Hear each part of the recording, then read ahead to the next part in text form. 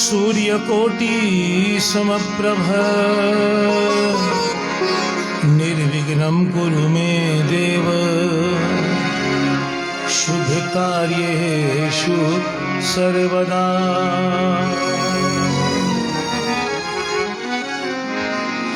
लाल देह लाली लसे आलूधारी लाल लंगूर वज्र देह दानव दलन जय जय जय कपीसूर।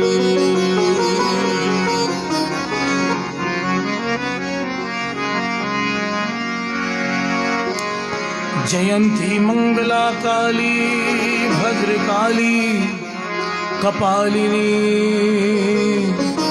दुर्गा क्षमा शिवा धात्री स्वाहा स्वधा नमोस्तुते।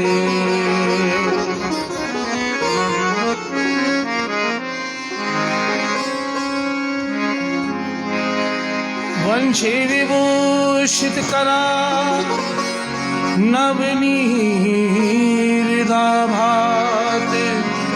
पीतांबरा दरुण बिंब फलाधरोष्टात् पूर्णेन्दु सुंदर मुखा दर्वीन्द्र नेत्रात् कृष्णात्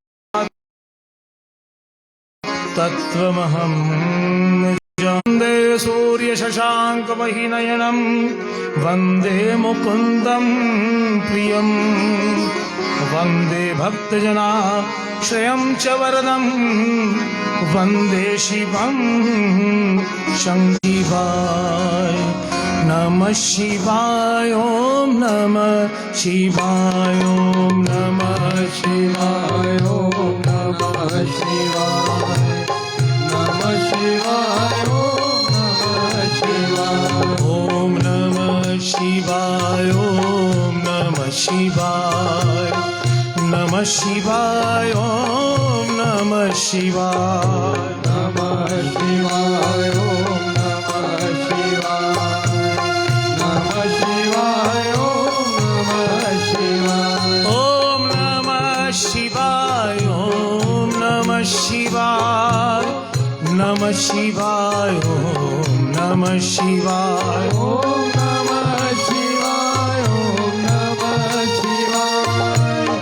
नमः शिवाय ॐ नमः शिवाय ॐ नमः शिवाय नमः शिवाय ॐ नमः शिवाय नमः शिवाय ॐ नमः शिवाय नमः शिवाय ॐ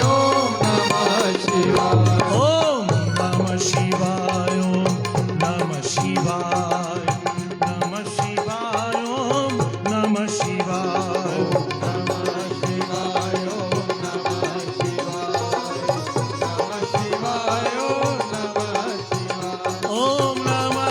नमः शिवाय ॐ नमः शिवाय नमः शिवाय ॐ नमः शिवाय ॐ नमः शिवाय ॐ नमः शिवाय नमः शिवाय ॐ नमः शिवाय शिवाय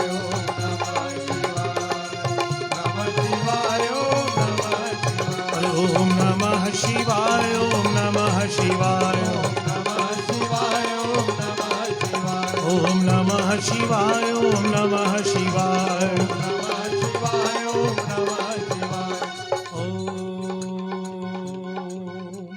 ओम शिव ओम कहिए इसी रमक में ओम कहिए ओम शिव ओम कहिए इसी रमक में ओम कहिए। ओ प्यारे ओम शिव ओम कहिए, इसी रमक में ओम कहिए।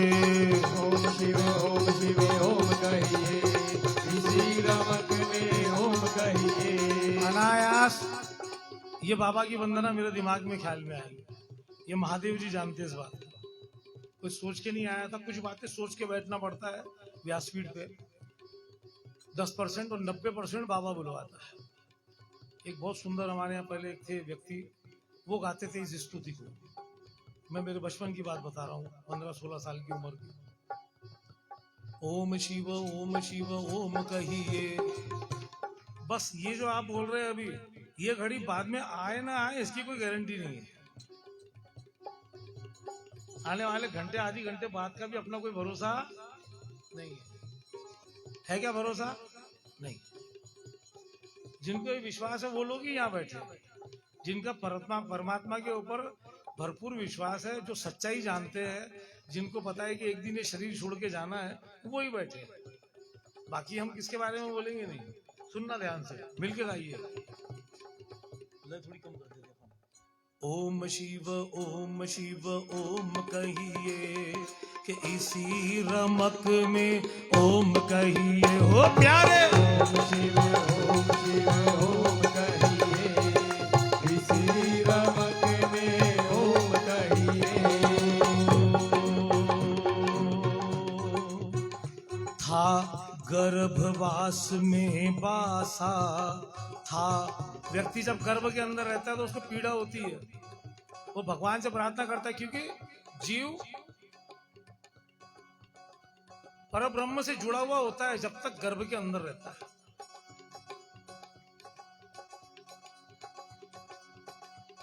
जीव जो है वो भगवान से जुड़ा हुआ रहता है जब वो गर्भ के अंदर रहता है। इसके लिए हम लोग अभी बहुत सुधारणा होगी पिछले 20, 25, 30 साल के अंदर। पहले का अपने को पता नहीं, क्योंकि अपना ध्यान नहीं था अध्यात्म में मेरे जैसे का। लेकिन आजकल हमारे घर में अगर कोई हमारी बहन बेटी बहू कोई अगर गर्भवती है, तो हम भले हमने हमारे घर में कितना भी अच्छा कलर करवा लिया हो या जो भी करवा लिया हो, लेकिन बनती कोशिश हम लोग कहीं पे कन्हैया की फोटो लगाते हैं, कहीं राम जी की लगाते हैं, कहीं माता जी की लगाते हैं, कहीं सरस्वती जी की लगाते हैं, लक्ष्मी जी की लगाते हैं, कि कम से कम वो गर्भवती स्त्री जो है वो भगवान के दर्शन करते हुए इस कमरे से उस कमरे तक जाते आती रहे। और विशेष रूप से जाप 2 प्रकार के होते हैं। एक होता है जप, जो हम बैठे बैठे कथा सुनते सुनते भी ओम नमः शिवाय कर रहे हैं, यह है जप। और एक है अनजपा जप। तो अनजपा जप उसको कहते हैं जो गर्भवती स्त्री अपने शिशु को गर्भ के अंदर ही रोज अगर उसका जाप अगर चालू है, वो जीव अगर उस जाप को सुन रहा है, वो जब सुन रहा है, वो जब सुनते सुनते समझ लो जब उसका जन्म होता है तो जब उसका शुरू रहता है। लेकिन जब विवेक जागृत हो जाता है और जब उसका जब शुरू हो जाता है तो उसको कहते हैं अनजपा जप।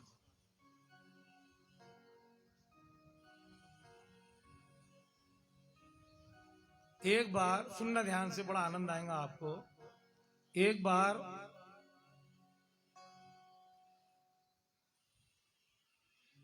नारद जी बैकुंठ लोक में पहुंचे। बैकुंठ में पहुंचे तो क्या देखा उन्होंने कि भगवान जो है वो अपने शयन कर रहे हैं और भगवान के हाथ में माला है और माला में ऐसे बड़े बड़े मणि हैं और भगवान माला फेर रहे हैं। तो नारद जी को मन में विचार आता है कि सारी दुनिया भगवान की माला फेरती है, ये भगवान किसकी माला फेर रहे हैं? भाई विष्णु जी को माला फेरने की क्या आवश्यकता है? विष्णु जी की माला तो दुनिया फेर रही है। नारद जी ने हाथ जोड़ के कहा कि हे लक्ष्मीनाथ, हे कमल नयन, मेरे मन में एक प्रश्न है। भगवान ने कहा कहो क्या प्रश्न है? बोले प्रभु आप जो ये माला फेर रहे हैं, ये माला, तो ये माला का थोड़ा विस्तार से इसकी जानकारी दीजिए। माला किसकी है, क्या है, और आप किसका जप कर रहे हैं? भगवान कहते हैं ये मेरे भक्तों की माला है। किसकी माला है? जोर से बोलना। ये मेरे भक्तों की माला है। जो मेरे भक्त है वो मेरा जाप करते हैं और मैं उनका जाप करता हूं। तो नारद जी को थोड़ा सा गर्व आ जाता है, अभिमान आ जाता है कि बोले प्रभु इस माला के अंदर तो जो सबसे पहला जो मणि है, जो सबसे पहले जो तुलसी का दाना है, वो तो फिर मेरे नाम का ही होगा। आ जाओ ना आप लोग और थोड़े थोड़े आगे आ जाओ।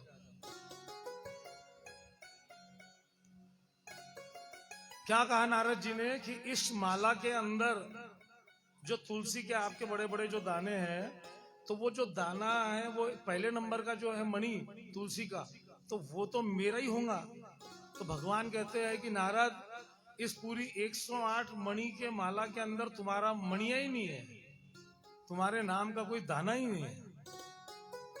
नारद जी तो और एकदम हताश हो जाते कि अरे भगवान, सुबह शाम दिन रात मैं भगवान का नाम जपते रहता हूँ और भगवान ने कहा है कि ये मेरे भक्तों की माला है और भगवान की माला के अंदर मेरा मणि नहीं है।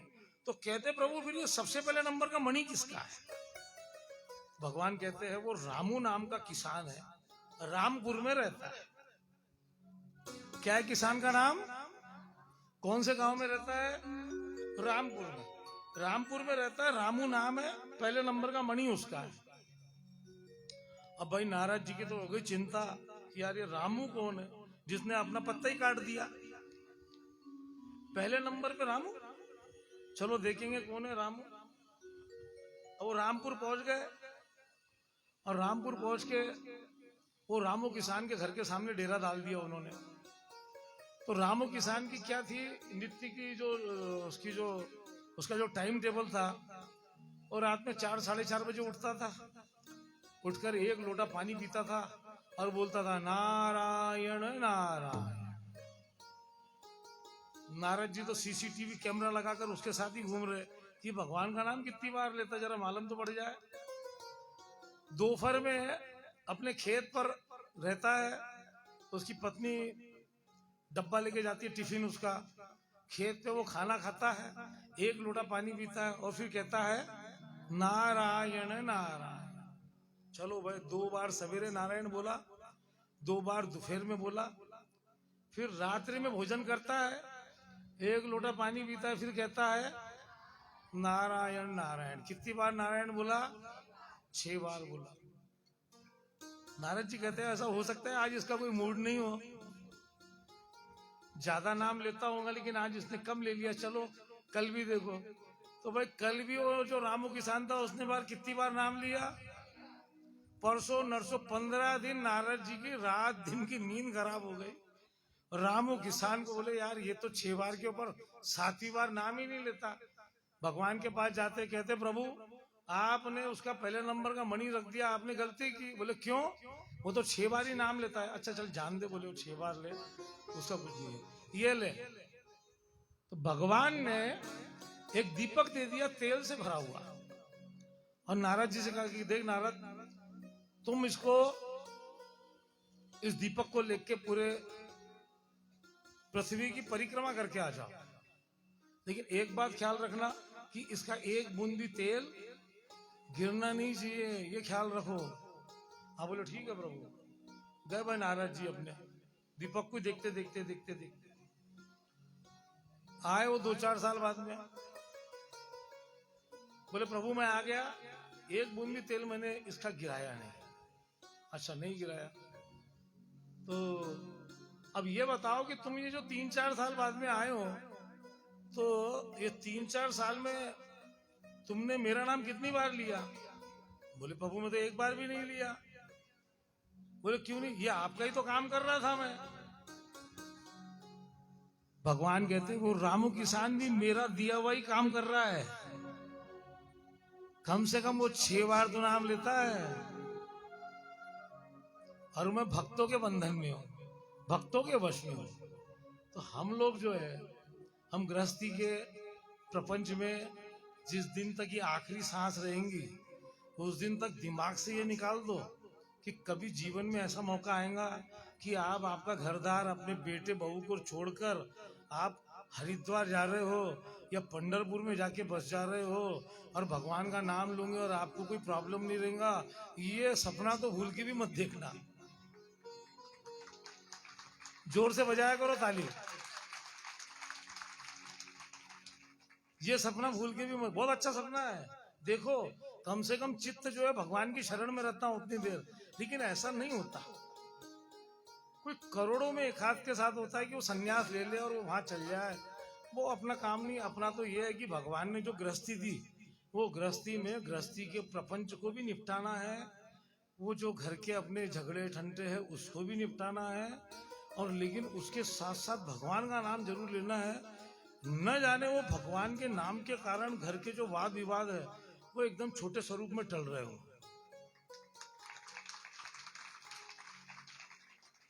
अब मैं आपको तकलीफ दूंगा। इधर का जो पोर्शन है आप लोग आगे आ जाओ, इधर की माताएं बने आओ आगे आओ, इधर यहाँ आ जाओ, आप सामने आओ। हाँ? नहीं हवा तो भगवान की सब जगह से आ रही।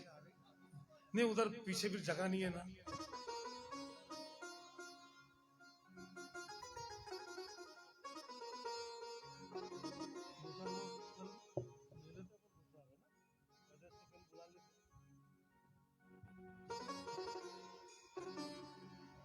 तो एक रहता है जप, दूसरा रहता है अजपा जप। अजपा जप जो है वो बहुत जरूरी है हमारे हिंदू धर्म और हमारे संस्कार के लिए, क्योंकि अब स्थिति और ज्यादा गंभीर हो गई है हम सब लोगों के घर की। मैं पूरी कथा जो भी सुनाऊंगा वो सब हम एक परिवार के लोग, और जैसे आपके घर का वातावरण है वैसे ही मेरे घर का वातावरण है। उस चीज को ध्यान में रखते हुए भगवान की कथा का हम आनंद लेंगे, और जो भगवान की कथा का मर्म है वो मर्म का हम लोग जो भी मैसेज है वो मैसेज हम ग्रहण करेंगे। तो एक जप है, दूसरा अजपा जप है। तो अजपा जप जो है वो हम लोग को इसलिए करना है ताकि जीवन में हमारी प्लानिंग बड़ी जोरदार रहती है कि वह भगवान का नाम कब लेंगे। देखो बचपन तो खेल कूद में निकल जाता है, आजकल का बचपन तो इतना चित्र जा रहा है कि उसकी कल्पना आप करते नहीं है।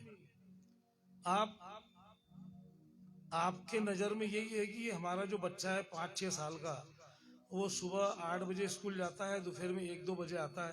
टाइमिंग भी उसके लोग के बड़े विचित्र है आजकल के। तो फिलहाल फिर वो टीवी पे थोड़ी देर पोगो देखता है, कार्टून नेटवर्क देखता है, उसके बाद में समझ लो फिर वो मोबाइल भी आजकल जरूरी हो गया बच्चे को। तो हम हमारे घर के बच्चों से कितनी देर बात करते हैं, पहले तो ये अपन सोचो। और उतनी देर के अंदर जब बच्चे से बात करने का समय मिलता है तब माँ व्हाट्सएप चलाती है,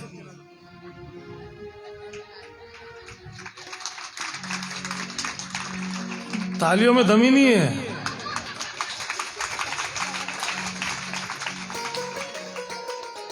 तो जब बच्चे के पास टाइम है तब माँ व्हाट्सएप चलाती है। और आजकल की समझ लो बहुओं ने, बेटियों ने एक बहुत जोरदार काम ये कर दिया कि अपने सास को भी मोबाइल दिला दिया।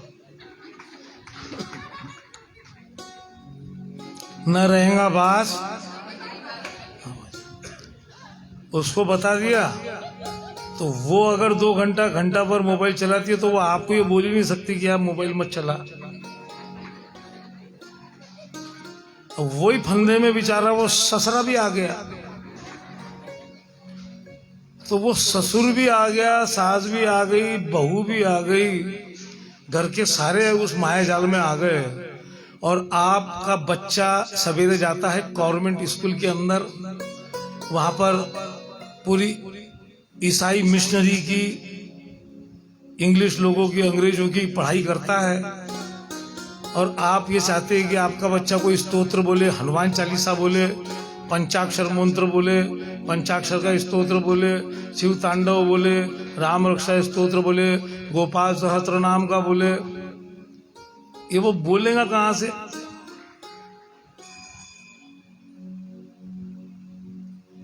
आपने उसको पढ़ने के लिए ऐसी जगह भेजा कि वो चीज बोल ही नहीं सकता, पहली बात। दूसरी बात, हमारा बच्चा हमको चाहिए राम के जैसा। किसके जैसा?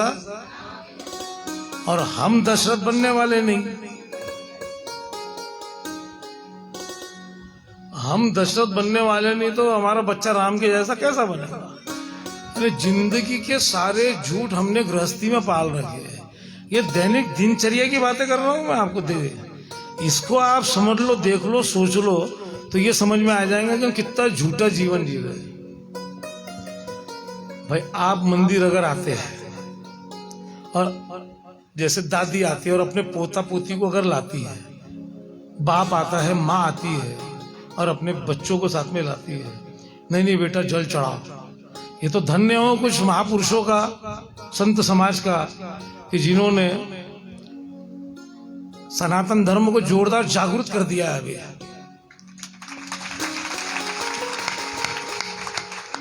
अपने धर्म की जो बातें दबी हुई थी, अरे सूक्ष्म बातें, शिव महापुराण की तो बात ही निराली है। श्रीमद् भागवत जी की, रामायण जी की, जितने भी 18 पुराण हमारे हैं, उनकी जो जानकारियां हैं, उनके जो महत्व है, वो तो बहुत बहुत आगे के है। मोक्ष गति प्राप्त करने के है। आप लोग तो काय में खुश हो जा रहे हैं कि शिव जी पे एक लोटे से नहीं 2 लोटे से जल चढ़ाओ तो आपका काम हो जाएगा, और 2 लोटे से जल चढ़ाना शुरू नहीं किया कि काम होना शुरू हो गया। तालियों में बहुत कंजूसी करते हैं आप लोग। तो काकू तो बचा ही नहीं रहे। मेरा बहुत ध्यान रहता बोला, मैं चश्मा क्यों लगाता? ज्यादा दिखने के लिए। कम दिखता है इसके लिए थोड़ी। तो ये छोटी, अब नेतल एक बार थोड़ा सेट कर बोला, थोड़ा मैं निवेदन करूंगा आपसे कि आप ये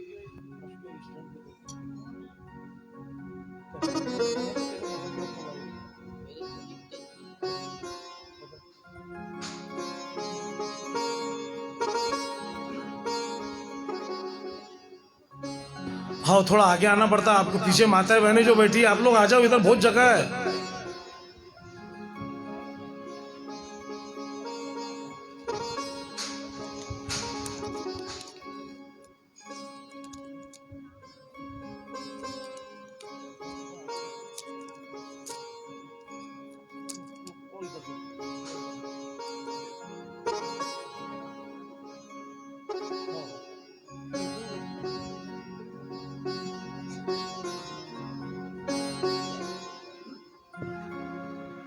ये ठीक है ना?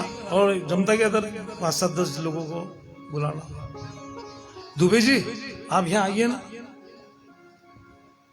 कोई प्रॉब्लम नहीं, आ जाइए इधर वाले।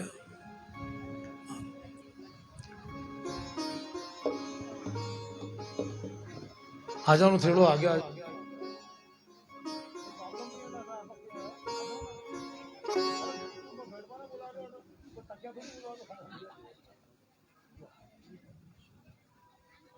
आ जाइए, थोड़ा थोड़ा आगे आ जाइए आप।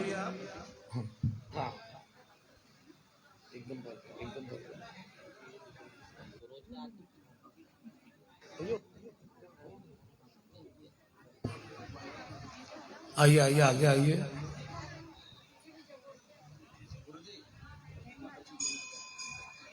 हाँ, कोई प्रॉब्लम ही नहीं है ना। बिल्कुल बिल्कुल, आइए आइए। सिर्फ यहाँ ऊपर आके मत बढ़ जाना, यार डर लगता है आप लोगों से। तो जीवन बड़ा, गृहस्थी जो है ना, हाँ थोड़ा थोड़ा आ जाओ आगे, बहुत बढ़िया। नहीं नहीं, आपका आगे वाला सड़क रहा तो आपको भी सड़कना पड़ेगा, तो बीच में आके कोई बैठने वाला नहीं है। थोड़ी पीछे तक हो जाए तो अच्छा है। आपको कष्ट देना मेरा उद्देश्य नहीं है। थोड़ा थोड़ा सा जितने बैठे हैं ना आप लोग, थोड़ा थोड़ा आगे आ जाओ, थोड़ा थोड़ा। हाँ जी,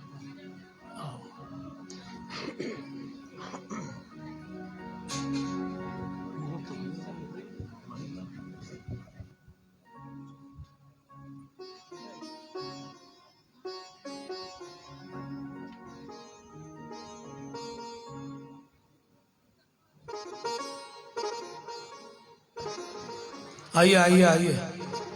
थोड़ा थोड़ा जगह आपके अगर सामने होंगी तो आ जाओ आप। बस क्या है, कुछ माताएं बहनें सब बाहर बैठी है तो ऐसा लगता है कि यहाँ जगह है तो आ जाना चाहिए करके।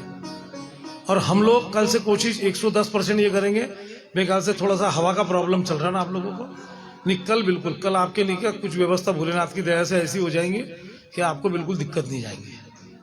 अब ये बात पे ताली बजा दो एक बार।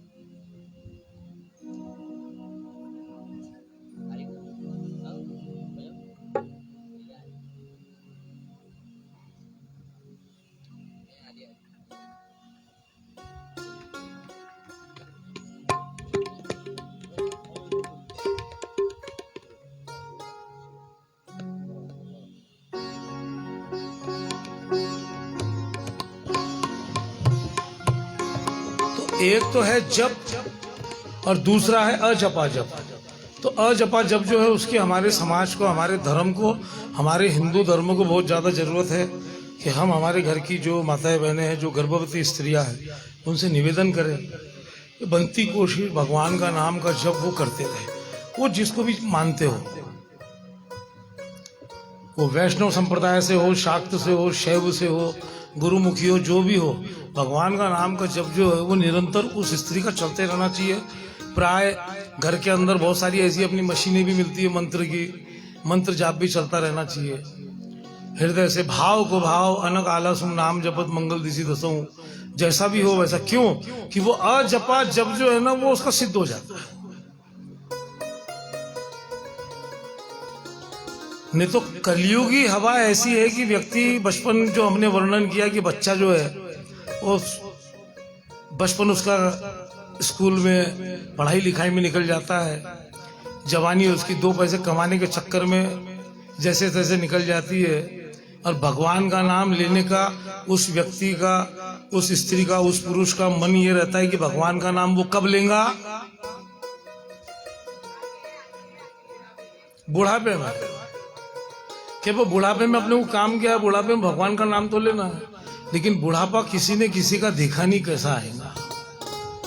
इस कमरे से उस कमरे में जाने लायक भी शक्ति नहीं है, तो आप कहाँ पंढरपुर चल जाएंगे, कहाँ हरिद्वार, बद्रीनाथ, केदारनाथ कहाँ जाएंगे? आप खुद के जीवन का आने वाला यानी खुद का भविष्य हमारे हाथ में नहीं है। तो बहुत सी चीजें जो है ना, बहुत हम सफेद झूठ हमारे जीवन का कि हम जो सोच रहे हैं वो है ही नहीं, और जो नहीं है वो हम सोच रहे हैं। तो भगवान के नाम की रमक, भगवान के नाम की लगन जब लग जाए, उस क्षण को भगवान की कृपा समझो। बस कलयुग का यही सार है। कलयुग केवल नाम आधारा, सुमिर सुमिर नर उतर ही पारा। कलयुग में भगवान का नाम ही मुख्य आधार है। कोई आपसे किसी प्रकार की भगवान की सेवा हो न हो, वो भगवान की इच्छा। कोई आपसे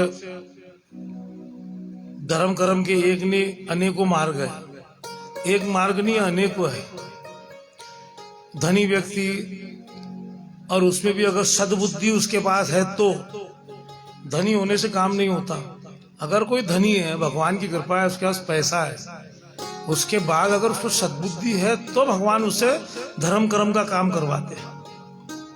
नहीं तो उसके अपने लोग जो है उसके मरने का इंतजार करते कि कब मरे और कब हम उसका माल हड़प ले। तो लोगों के जीवन ऐसे भी है कि लोग उनके मरने की कामना कर रहे हैं।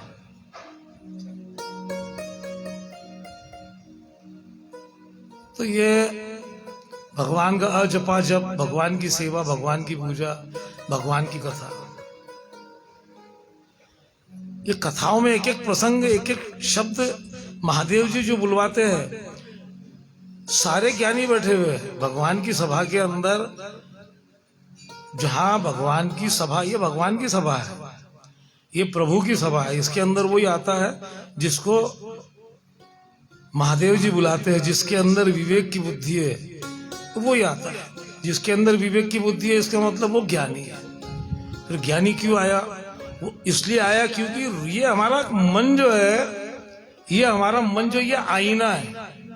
24 घंटे में कैसा भी देख लो इसमें धूल जमा होती होती, इसको आपको पोछा लगाना ही है। और एक कहावत है कि सुनार अपने हाथ से अपने कान नहीं टोसता, उसको दूसरे के पास जाना पड़ता। सुनार खुद के हाथ से खुद के कान टोसता क्या? नहीं। वैसे ही सब बातें होने के बाद में जो मलिनता शीशे पे आ गई हमारे, वो मलिनता कथा रूपी जब उसको कपड़ा लगता है तब वो एकदम साफ हो जाती कि चलो मैं सतमार्ग में हूं। तो इसीलिए गर्भवास के अंदर भगवान से व्यक्ति प्रार्थना करता है कि प्रभु मुझे इस गर्भ से बाहर निकलवाओ, मैं आते ही आपका सुमिरन भजन पूजन सब शुरू कर दूंगा। था गर्भवास में बासा, तब करता नर अभिलाषा, प्रभु मेरे मन की आशा, कि मेरे गया गले में भाषा, कि मुझे धन माया का ना लोभ चाहिए, मुझे धन माया का ना लोभ चाहिए। उठाओ हाथ कि इसी रमक में ओम कहिए प्यारे, ओम शिव ओम शिव ओम कहिए, इसी रमक में ओम कहिए, ओम शिव ओम कहिए, इसी रमक में ओम कहिए। प्यारे ओम शिव ओम कहिए, इसी रमक में ओम कहिए, ओम शिव ओम कहिए, इसी रमक में ओम कहिए। ओ प्यारे ओम शिव ओम कहिए, इसी रमक में ओम कहिए, ओम शिव ओम कहिए, इसी रमक में ओम कहिए। ओम शिव परस्पराय शिव ओमकारा शिव तव शरणम नमामि शंकर भवानी शंकर उमा महेश्वर तव शरणम। ओम शिव परस्पराय शिव ओमकारा शिव तव शरणम नमामि शंकर भवानी शंकर उमा महेश्वर तव शरणम। नमामि शंकर भवानी शंकर उमा महेश्वर तव शरणम। नमामि शंकर भवानी शंकर उमा महेश्वर तव शरणम। राजराजेश्वर भगवान की जय।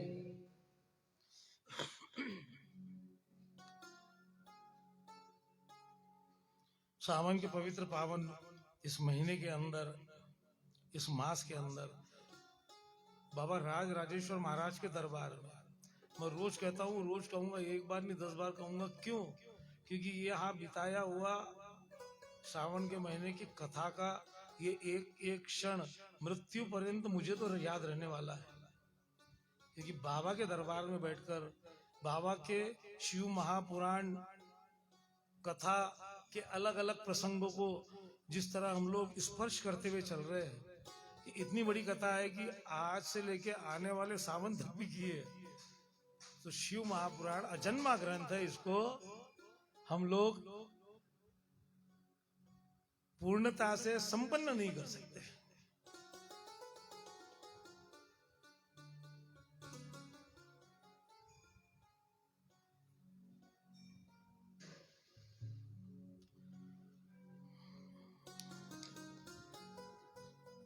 शिव महापुराण में भगवान की उत्पत्ति बताई गई है, ध्यान से सुनना। आप लोग इतने प्रेम से सुन रहे कथा, जैसे महात्म्य को बड़े प्रेम से आपने सुना कि सुत जी शौनक जी कौन है, जो हर कथा में बिल्कुल ये दो कैरेक्टर है ही, तो मैंने आपको बताया कि सुत जी शौनक जी ने ही सभी महापुराणों की कथाओं को, विविध प्रसंगों को सुनकर, सहज कर, उनके सब मूल रूपों को अलग अलग प्रकार से उनके द्वारा भगवान की कृपा से अलग अलग उनको स्थान मिला। फिर हमने बिंदुक ब्राह्मण की कथा सुनी, क्योंकि महात्मा की कथा थी कि भाई माशिव महापुराण सुनने से क्या हुआ। बिंदुक ब्राह्मण की कथा सुनी और किस तरह बिंदुक को सदगति मिली, और उसी प्रकार देवयोग से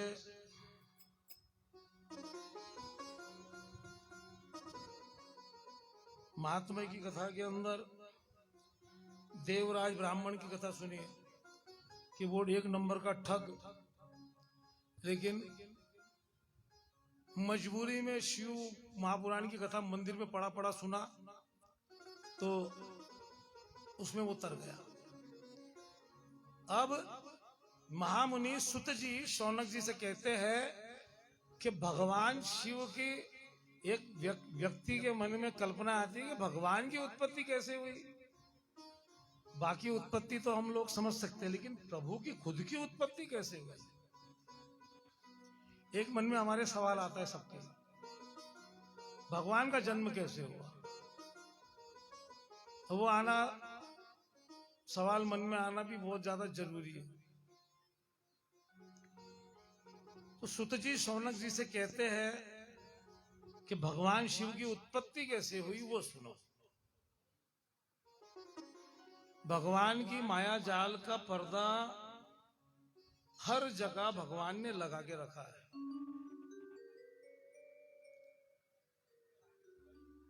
कहीं पे भी स्पष्ट रूप से प्रभु सामने नहीं आए। बताते हैं, सुत जी कहते हैं कि अंतरिक्ष के अंदर ब्रह्मांड में एकदम से एकदम प्रकाश की उत्पत्ति हुई। वो प्रकाश की उत्पत्ति हुई, वो प्रकाश तेज पुंज का जो स्वरूप बनता गया, तो भगवान श्री विष्णु का स्वरूप बना। भगवान श्री विष्णु जब अवतरित हुए तो उन्होंने अपने आप को देखा, मैं कौन हूं, पता नहीं है मैं कौन हूं। अपने आप को नाखून से लेके तो मुखमंडल तक खुद को देख रहे हैं, मैं कौन हूं, क्या हूं, मेरा अस्तित्व क्या है। इतने में भगवान विष्णु के नाभि में से कमल की उत्पत्ति होती है, कमल के फूल की उत्पत्ति होती है। उस कमल के फूल से ब्रह्मा जी निकलते हैं।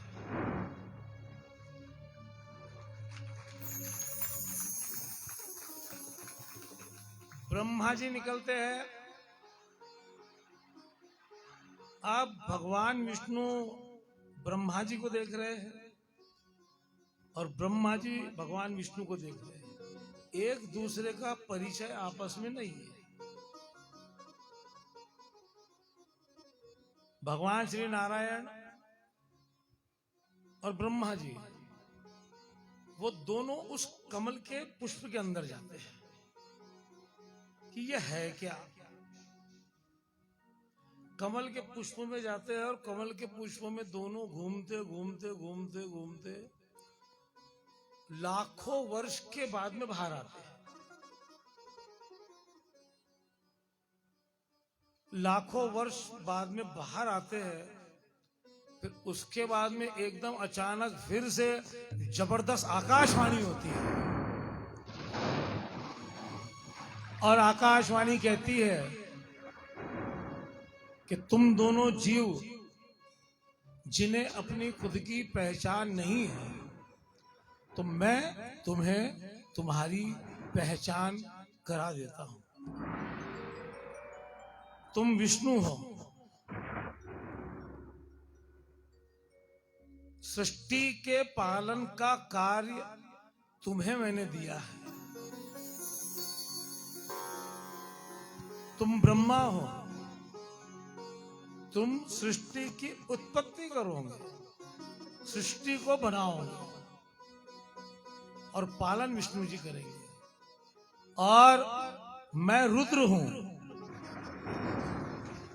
मैं शिव स्वरूप, शिव नाम से तुम्हारे साथ रहूंगा। तुम दोनों की उत्पत्ति मुझसे हुई है। यहां भी भगवान ने पर्दा किया कि मैं रुद्र हूं, मैं शिव नाम से तुम्हारे साथ में रहूंगा। और इतने में इतनी आकाशवाणी होते ही वहां पर शिवलिंग प्रकट हुई। बोलो राज राजेश्वर भगवान की। तो भगवान श्री नारायण और ब्रह्मा जी ने शिवलिंग की पूजा की, शिवलिंग की अर्चना की, और भगवान भोलेनाथ, भूत भावन भोलेनाथ जो है वो अपने स्वरूप में प्रकट हुए। नमामि शमीशान निर्वाण रूपम विभुं व्यापकम ब्रह्म वेद स्वरूपम।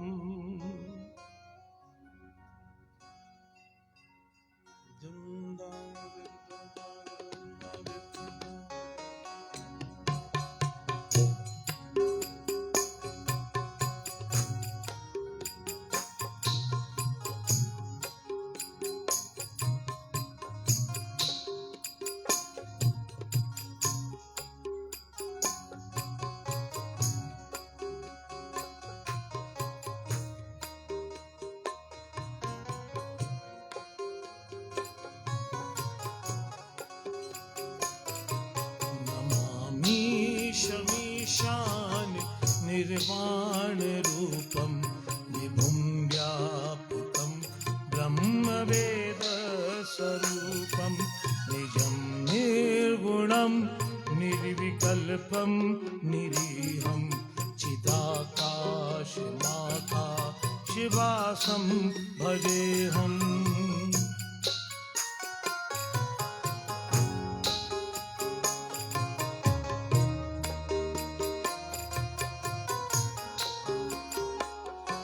निराकार ओंकार मूलम तुरीयम गिरा ज्ञान गोतीत गीशम गिरीशम करालम महाकाल कालम कृपालम गुणागार संसार पारम न तो हम।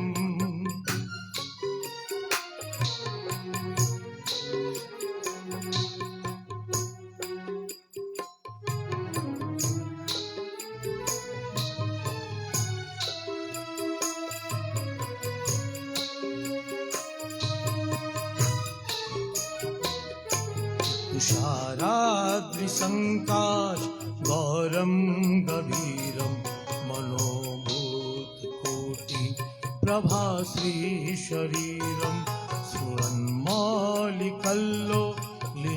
चारुगङ्गा लसत् भाल भाले दुकण्ठे भुजङ्गा चलत कुण्डलं शुभ्रनेत्रं विशालं प्रसन्नाननं नीलकण्ठं दयालं मृगाधीश चर्मा वरं मुण्डमालं प्रियं शङ्करं सर्वनाथं भजामि प्रचण्डं प्रकष्टं प्रगल्भं परेशम् अखण्डम् अजं भानुकोटि प्रकाशम्।